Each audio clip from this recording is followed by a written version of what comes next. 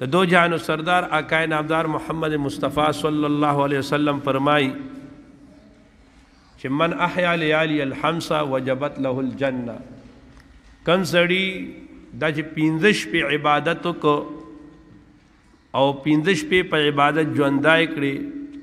او دې انسان د پاره جنت چې دی نو دا لازم دی به جنت ته ځي په هغه پینځو شپو کې یوه شپه چې کومه ده دا پینځلسمه شپه د شعبان ده پینځلسمه شپه د شعبان دې ته شپه د براءت وایي دې ته لیلة البراءت وایي او د دې د اعمال او د دې فضائل دا تاسو ته چې کوم کاغذ ملاو شو په دې باندې دا ټول لیکلي دي په هغې کې چې کوم دی دا شپه به کله راځي نو صحیح تاریخ یو خو زمونږ په دې ملک دا مصیبت دی چې تاریخ برابر نی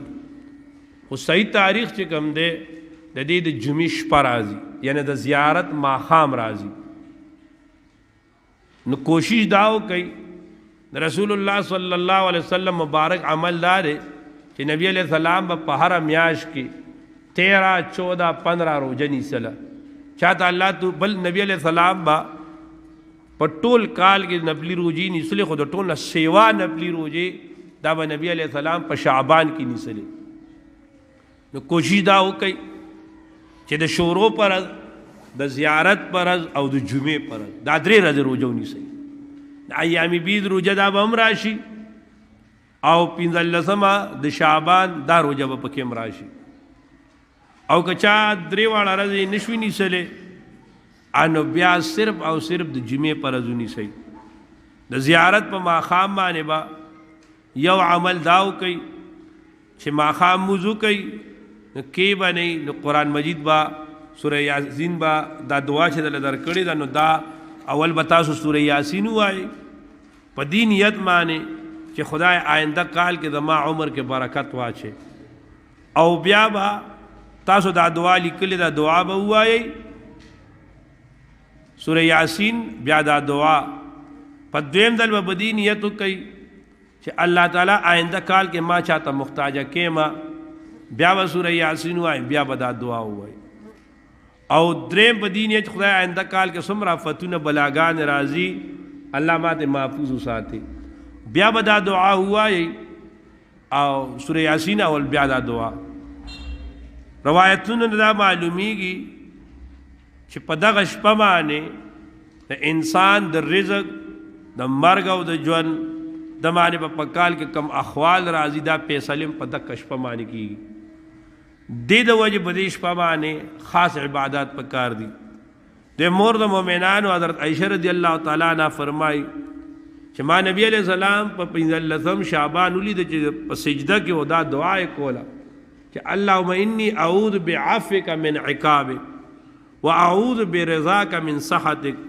واعوذ بک منک جل وجهک لا احصی ثناء علیک انت کما اثنیت علی نفسک په دې پاړه باندې دا معنی او ارس ټول لیکلی دي نو ځکه ټیم کم دی زه دوره نشم ویلی بل چې دی اللهم انک کریم تحب العفو فاعف عني اللهم اني اسالك العفو والعافيه والمعافاه الدائمه في الدنيا والاخره دا چې دی نو دا ووایي او شاته په دې پاړه باندې ټول اکثر لیکا پړه کسان یې نو شاته په دې باندې د احادیثو کې چې کوم د دې متعلق احادیث راغلي دي ټول احادیث ما را جمع کړي دي بیا کم کم کار کول دي هغه مې هم لیکلي دي کوشش دا وکړئ په دغه شپه باندې یو خو چې دی نو د ماښام مونځ د ماسخوتن مونځ د سهار مونځ تکبیر اولی سره وکړئ بل ماښام مونځ موږ دا دعا اعمال ووایئ په دغه شپه باندې استغفار ووایئ درود شریف ووایئ لا اله الا الله ووایئ او د موبایل نه او د نیټ نه د فضول خبرو نه خو د دې څیزونو نه ځان وساتئ بل چې کوم دی نو زنانه چونکې ډېر زنانه دا سبق اوري دا درس اوري زنانه یو عادت دی په دې کې چې دی نو دی یو کور ته راجمع شي داسې مه کوئ دا ښه خبره نه ده په نبلي عباداتو کې تداعي نه ده پکار یو ځای کې جمعوالی نه ده پکار دا د شریعت د روح خلاف ته الحمدلله ټول خلک تعلیم یافته دي په هر کور کې نیک ماحول شته په هر کور کې پکار ده چې په خپل خپل چاله الله څومره وس ورکړی دی چې هغه راغی هغه نیک اعمال هغه وکړي. د هغې دپاره ګوره دومره د زنانو دپاره خو دومره راغلی دی په شریعت کې چې کله حرم ته ورشي حرم ته نو ګوره کلي نه حرمینو ته تلي حج له تللی ده عمرې له تللی ده محرم ورسره دی هلته نو دا به د خپلې کمرې نه چې متاب ته راځي او خانه کعبې ته راځي دا به بدي نیت نه راځي چې د هلته ځم چې خانه کعبه کې مونځ وکړم. هلته هم د دې مونځ په خپله کمره کې به پرده کې کول دا د خانه کعبه کې کول نه افضل ده. دې د وجې علما وایي چې دا هلته راځي نو دا به نیت د طواف کوي دا به نیت د څه کوي طواف کوي. نو چې د طواف دوران کې به مونځ راځي نو مونځ بیا کوي خو راځي به دا خپله د څه په نیت مانې د طواف په نیت مانې. نو زنانه دا د بل چا کورونو ته نه ځي خپل کور کې دی دا اعمالو کې او څومره حده پورې ټوله شپه چاله الله توفیق ورکړي ټوله شپه دې وکړي که ټوله شپه نشي کولی نو کم از کم سناسه دې وکړي او دا چې دله ما کومه دا دعا پاڼه درکړه دا زه هر کال دا ملګرو سره دی سره پرتی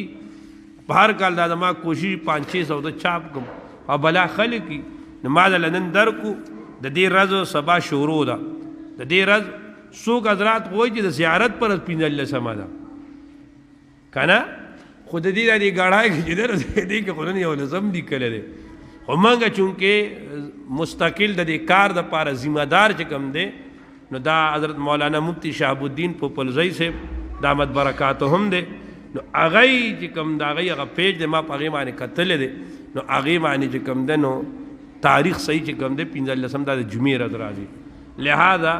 چې دی نو په اختلافاتو سره مرداره کول نه دي پکار به دقه د جمعې ورځ ده او د جمعې په شپه باندې ماښام مونځ پرېږدو که د چاړه تسلي نه کوي نو خیر ده شروع په شپه دی ماښام دعا ووایي که نه سوا ویلو سوره یاسین 3 ځله ویلو که څه ګناه نشته دی اجر او ثواب دی خو صحیح شپه دا د جمعې شپه ده نو په دې باندې چې دی نو تاسو دا اوراد وکئ بل دا پاڼه مې چې دله درکړه نو دا چې یو کور ته هم ورسي نو دا 4 او 5 کسانې کولی شي الله چاته توفیق ورکړی رز نیمه پکې شته پوټسټیټ وباسي په نورو کسانو باندې تقسیم کوي چې الله تعالی به نورو کسانو له توفیق ورکړي نو دا د عمل به مخکې ورشي ښه دعا وکړي الحمدلله رب العالمین.